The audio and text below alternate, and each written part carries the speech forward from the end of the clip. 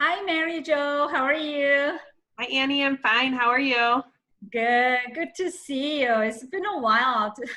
I know. I miss everyone. I know. Yes. Okay.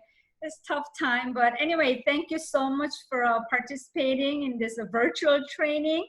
I think this is awesome. I love your BEL background. You. Great. Oh, Yes. it's the hand. That one. Yeah, yeah, that's right. Yes. Yeah. Okay. So as you know, going through the COVID, a lot of district actually they try to provide a virtual training, Mhm. and this COVID time, they have a lot of questions about COVID related projects, and I think you know from the fall is coming up, a lot of districts and clubs they kind of like worry about their schools and their children's education and all that. So the BEL, basic education literacy, I'm sure we will get a lot of questions and project ideas and all that. So hopefully this training is kind of help them and help them get some guidance and also learn about our key points and policy and standard and things like that. So yes, that's great. Actually, for this training, I actually got some questions already. Let me put the questions. Yes. So can you see my slide? Yep, I can see it. Okay. Oh, Mary Jo, I'm so sorry. Let me just stop it. I'm sorry. Yes. Before we jump into the questions, I actually wanted to introduce yourself. Oh, okay. I mean, I'm sure they kind of see me or, they got, emails from me. My name is Annie Mhm. Shin. I'm the Regional Grants Officer, reviewing grants for the Philippine districts, District 3790, 3800, and 3810. And how about you? Could you tell me your name, what you do, how long you've been with the Rotary, and if you actually want to share what you did before you joined the Rotary or what your passion is about, that would be great. Sure. Thanks, Annie. So my name is Mary Jo John Francois, and I'm the Area Focus Manager for Basic Education and Literacy with Rotary. I've been with Rotary now for over 7 years, and was the first person in my position when the areas of focus were created way back when. So it's been a pleasure to see how this has evolved over time, how these projects have grown over time as well. It's been really great. Um, Before working with Rotary, in my last position, I was living in Haiti in the Caribbean, where I had lived before the earthquake there that happened in 2010, but I had moved back home to Chicago to get my master's degree. And then after the earthquake in 2010, I moved back down to Haiti to sort of help with the rebuilding efforts there. So education and emergencies is sort of I have a special place in my heart for it. So responding to this COVID situation has sort of brought me back to that place.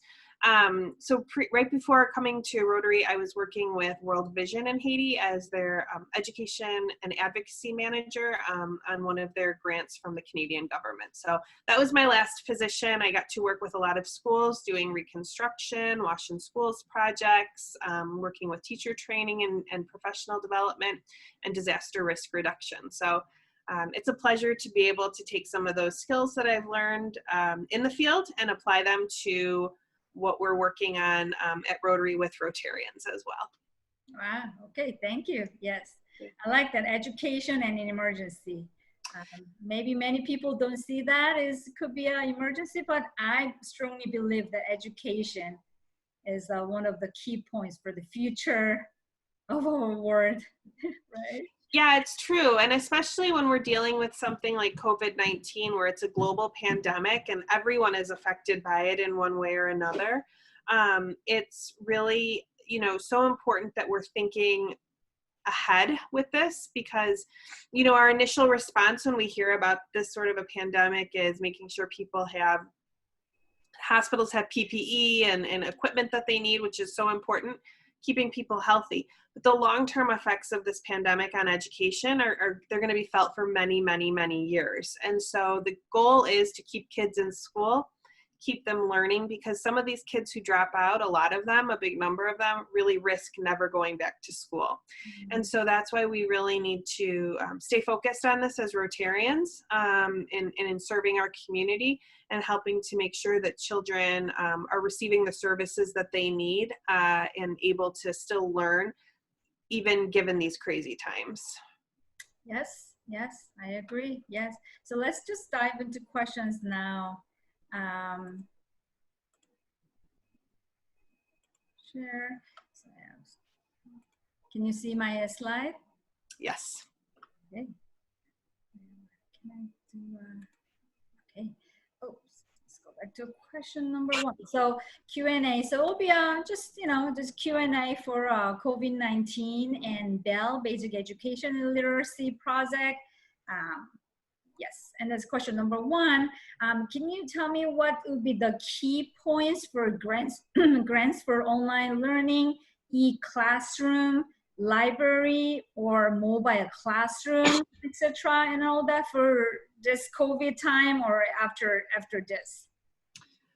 Sure. So I think that when you're getting ready to do any kind of a project, an education project is no different. You want to make sure you're assessing the community and you're finding out what their current challenges are and where they're being successful. So given the current situation with COVID, we know it might not be possible for you to go to the schools and visit, but being able to try and facilitate conversations one way or another with school directors, local education officials, teachers, and parents if possible, whether it's through WhatsApp, Zoom, various forms of communication.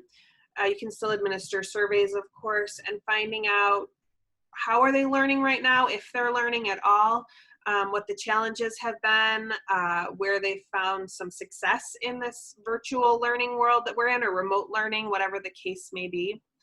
And then I think the other big thing is just because kids are learning remotely doesn't mean they should be doing it on their own. It should be facilitated learning, and it should be learning that is approved by the government, that's part of a government initiative, as well as, utilizing their teachers to the best of their ability to help them in their learning. So the learning should still be guided, and teachers should still be collecting information, collecting homework from students, so that they can kind of gauge where the students are at and how they need more help. So for any of these, even if it's for a mobile classroom setup or something like that, these are really important pieces, because we don't want to leave the teachers out just because students are learning remotely. Students shouldn't be teaching themselves, and when possible, parents shouldn't have to do it either. It should still be up to the teachers. Yes. Yeah. Thank you. Thank you. Question number 2. So I think I'm sure you got these questions before, and I got questions not just from Philippine district but other districts as well. So basically, they like to provide public school kids who will be having classes at home by providing them tablets or computers or laptops or anything to use and teach them how to receive education online. Would that be basic education or computer development? Community development? Sorry, what do you think? It could be basic education and literacy, as long as it's done the right way. And what we would want to see in a project like this is that you can be providing them tablets, although I wouldn't recommend, I don't think we would see it as eligible if the students were to own the tablets at the end of the grant, because then there'd be no sustainability from one year to the next. I think the best thing to do as we move forward is to provide tablets to the schools that they can loan out to students. And then you'd also have to make sure that students have access to electricity and internet at home if internet's necessary for learning, and that there's a plan in place for the schools to get the tablets back when this all ends. I think that, one thing that I've learned through this pandemic with my own children in school is that there is quite the spectrum with teachers as to how comfortable they are teaching in this virtual world that we're living in now. And so I would expect to see there be some training for the teachers as part of the grant, and the more robust, the better. Just by providing children tablets and even apps for them to learn on does not keep them engaged, as I learned the hard way in the spring of this last year with my own daughter. Having the teachers still engaging with them, still keeping track of their learning and the benchmarks that they should be hitting is really, really important. And learning how to engage students at the appropriate age level for learning is also very important. So a child in secondary school will be learning much differently than a kindergartner virtually. They'll need to spend different amounts of times in front of a screen in order to learn. How can we be still engaging little kids outside of just sitting here and looking at a screen? What can they be doing around their homes to have some more interactive learning opportunities? Those are the things we need to be encouraging our teachers to still be doing with our students, because just because they're not in the classroom doesn't mean they still can't be learning in different ways.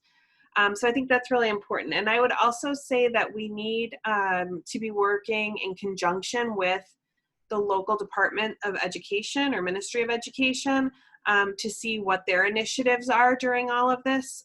We never want to be working in parallel with the government or duplicating efforts.